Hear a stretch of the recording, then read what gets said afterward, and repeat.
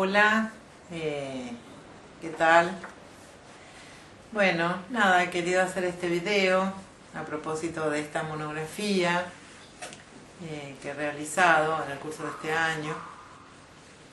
Es una monografía en torno a la obra de Eckhart Tolle, porque el título de la monografía es Contacto con lo profundo en hombres y mujeres contemporáneos. El objeto de la experiencia es la obra de, en este caso, de Eckhart Tolle. Como discípula de Silo, en nuestro trabajo de ascesis, la ascesis sería una especie de prácticas y procedimientos para el perfeccionamiento espiritual. Los maestros, los discípulos de Silo, hacemos este tipo de trabajos para nuestro perfeccionamiento. En este caso yo elegí a Eckhart Tolle y bueno, el interés es rastrear estos registros y estas experiencias de contacto con lo profundo en un autor contemporáneo. Cotejar sus experiencias o lo que se deduce de sus afirmaciones en sus libros con aquello que explica Silo en su obra y en particular en un libro que se llama Apuntes de Psicología. El punto de vista es a partir de los registros y las experiencias de contacto con lo profundo. A partir de allí he investigado la obra de Tolle, siempre siguiendo el encuadre general de Psicología 4, de este libro que les comento, Apuntes de Psicología, que para quien tenga interés lo puede bajar en internet porque está gratuito. Toda la obra de Silo, en silo.net se pueden bajar sus obras completas y toda su obra, no solamente literaria, sino también su obra en el mundo, ¿no? Bueno, ¿qué relación tiene esto con mi ascesis, con mi trabajo? Que luego de rozar una experiencia de contacto con lo profundo, llegó a mis manos uno de los libros de Tolle. Entonces pude reconocer por resonancia interna su conexión con lo profundo. Pasado el periodo de enamoramiento, que fue el primer tiempo, empecé un análisis más riguroso de sus libros y de sus afirmaciones, y reconozco que encontré muchas carencias explicativas respecto a ciertos fenómenos que se dan por descontados y comprendidos. Este hecho, por supuesto, no invalida para nada la obra de Tolle, pero seguramente mucha gente que practica y que está en esta corriente encontrarán dificultades en llevar a la práctica estos trabajos más allá del entusiasmo inicial. El conocimiento más o menos profundo de la obra de Silo me ha permitido hacer esta interpretación, porque esto es una interpretación, mi interpretación. Bueno, en el desarrollo y en este trabajo, en realizar esta monografía, tuve muchas dificultades, pasaron muchas cosas, mucha confusión, a veces sí, a veces podía, a veces no podía. Bueno, y hubieron muchos amigos que me ayudaron, mi pareja, Juan Carlos, Héctor, otro amigo, Héctor Leffel, en grandes intercambios y grandes discusiones, y después en particular un querido amigo que me ayudó a poner orden en los temas para poder desarrollarlos y hacer este cotejo. Fernando García, gracias Fernando por toda la ayuda que me diste. Bien, voy a ir por orden en esta síntesis, pues esto es una síntesis, la monografía tiene 30 páginas, entonces, bueno, esto es un resumen, digamos, ¿no? de este trabajo. Como la mayoría de seguidores de Tolle saben, Tolle nació como Ulrich Tolle, nació en Alemania y experimentó lo que él considera una transformación espiritual que marcó el principio de su labor como maestro. Vive en Vancouver, British Columbia, Canadá. Sus enseñanzas tienen origen en la corriente Advaita y Neo-Advaita. Ambas son, entre otras, son las posturas dentro de la filosofía Vedanta, que se deriva de los textos sagrados del Upanishad, cuyo énfasis está puesto en la liberación o en la iluminación, entendidas de distintas maneras según las distintas posturas. Algunos discípulos occidentales de estos exponentes de India empiezan a predicar en Occidente su propia versión de las enseñanzas tradicionales. Esto da origen a lo que se ha dado en llamar neo-advaita, nuevo advaita. Dentro de los más recientes exponentes de los neo-advaitas se lo ubica Eckhart Tolle. Tolle vivió hasta los 30 años en un estado de ansiedad, de inseguridad permanente, con periodos de profundas depresiones y en muchas oportunidades rozó la idea del suicidio. Una noche tuvo una experiencia reveladora, no puedo seguir viviendo conmigo mismo, este era el pensamiento que se repetía continuamente en mi mente, así dice Tolle. Entonces súbitamente me hice consciente de cuán peculiar era este pensamiento. ¿Soy uno o dos? Si no puedo vivir conmigo mismo, debe haber dos, el yo y el mí mismo. Con el que yo no puedo vivir, quizás, pensé. Solo uno de los dos es real. Esta extraña revelación me aturdió tanto que mi mente se detuvo. Estaba completamente consciente, pero no había pensamientos. Interesante. Silo describe en este libro Apuntes de Psicología el contacto con lo profundo y se ajusta bastante a la descripción que hace Tolle.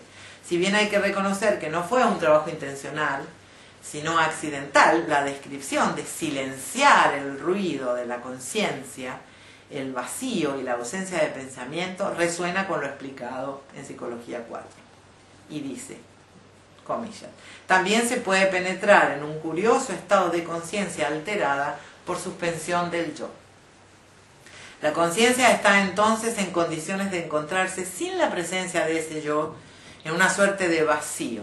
En tal situación es experimentable una actividad mental muy diferente a la habitual. Bueno, Tolle continúa diciendo, me sentía arrastrado hacia lo que parecía un vórtice de energía. Al principio era un movimiento lento y después se aceleró. Me sobrecogió un inmenso temor y mi cuerpo empezó a temblar.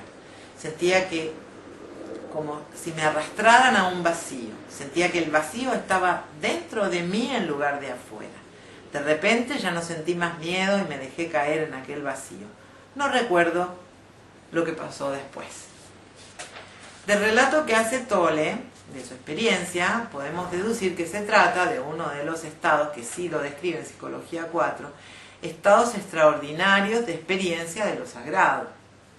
Abundan además, comillas, lo que dice Silo, los estados anormales y los casos extraordinarios de experiencias de lo sagrado, que podemos tipificar como éxtasis, o sea, situaciones mentales en que el sujeto queda absorto, deslumbrado dentro de sí, suspendido, como arrebato, otra, por la agitación emotiva y motriz incontrolable, en el que el sujeto se siente transportado, llevado fuera de sí a otros paisajes mentales, a otros tiempos y espacios.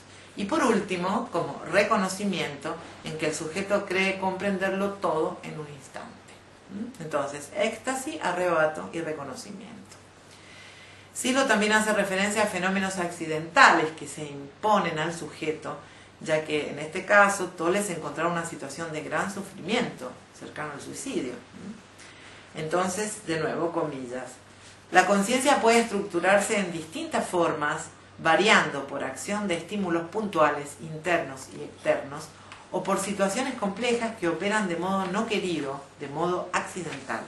La conciencia es tomada en una situación en que la reversibilidad y la autocrítica quedan parcialmente anuladas. Hemos reconocido estructuras de conciencia que se configuran accidentalmente. Tolle reconoce que en realidad fue forzado a entrar en este estado. Esto en el cristianismo se lo reconoce como el camino de la cruz. Y él lo explica así: la iluminación a través del sufrimiento, el camino de la cruz, significa ser forzado a entrar en el reino de los cielos gritando y pataleando. La iluminación elegida conscientemente significa abandonar su apego al pasado y al futuro y convertir el ahora en su punto principal de la vida, en el punto principal de la vida. Bueno, aquí tenemos una diferencia importante, ya que los advaitas, corriente a la que, o neo-advaitas a la que pertenece Tolle, declaman que no es necesario el proceso de preparación previa para acceder a la realización, que puede ser instantánea. y en general se advierte un desinterés por los aspectos tradicionales en los que se desconoce la función del maestro, discípulo, práctica, esfuerzo, etc. Silo explica que si bien puede ser accidental el tomar contacto con lo profundo, se puede acceder a estos estados por deseos, planes e intenciones. Técnicamente se trata de un cambio de conciencia relacionado con el trabajo sobre sí mismo y el desarrollo de la atención dirigida, que difiere grandemente con la atención simple, vigílica, en la que vivimos los seres humanos. Atención dirigida. También observamos que ocurren configuraciones que responden a deseos o planes de quien se pone en una particular situación mental para hacer surgir el fenómeno. Y hasta aquí es como se describe lo que le pasó a Tolle. Técnicamente se describe lo que le pasó a esta experiencia de contacto con lo profundo que tuvo Tolle. Y bueno, y ahora viene la parte donde yo hago todas las consideraciones y una crítica constructiva sobre su obra. Desde mi punto de vista y por el momento histórico que afronta la humanidad, las enseñanzas de Tolle son de gran importancia y cumplen la función de generar interés y disposición hacia el trabajo interior, sobre todo en los jóvenes, ¿no? Que hay mucha búsqueda. Tolle propone vivir en el aquí y en el ahora, y en el tiempo presente únicamente. Y para nosotros esta propuesta en la vida cotidiana es impracticable, porque implicaría la desaparición del yo en la vigilia, produciendo incapacidad para coordinar las actividades más simples en relación con el medio. El tiempo psicológico, para nosotros, se asienta en el cotejo de los datos de la memoria. Si no existiera este cotejo, esta comparación constantemente, habría que reaprender las cosas más elementales. Si no hubiera actividad imaginativa, la intencionalidad se detendría, tendría que aprender todo de nuevo, cómo abrir una puerta. Es verdad que existe una distorsión en los tiempos de conciencia que se traduce como sufrimiento. Pero si negamos el pasado y el futuro, estamos negando nuestra historia personal, el conocimiento humano, la acumulación de la historia fuera del horizonte temporal, toda la información que nos permite avanzar hacia nuevos futuros personales y sociales. El tiempo en la conciencia es vehículo de la intención humana. Tal vez, Tolle se refiere a un nivel de conciencia. Lo que podría corresponder a los registros y a las modificaciones del transcurrir y del emplazamiento del yo en la relación conciencia-mundo que se dan son propias de este nivel, la conciencia de sí. Pero las explicaciones de Tolle son insuficientes y existe falta de método y ausencia de un desarrollo más detallado y riguroso de los temas principales. Se omiten aspectos y se dan por descontado todos los mecanismos que intervienen en la conciencia humana y lo referido a los niveles de conciencia, como así también está ausente todo lo referido al desarrollo metódico de este instrumento tan importante que es la atención dirigida. Esta atención dirigida puede ser entrenada y desarrollada, no es algo que te cae, hay que aplicarse.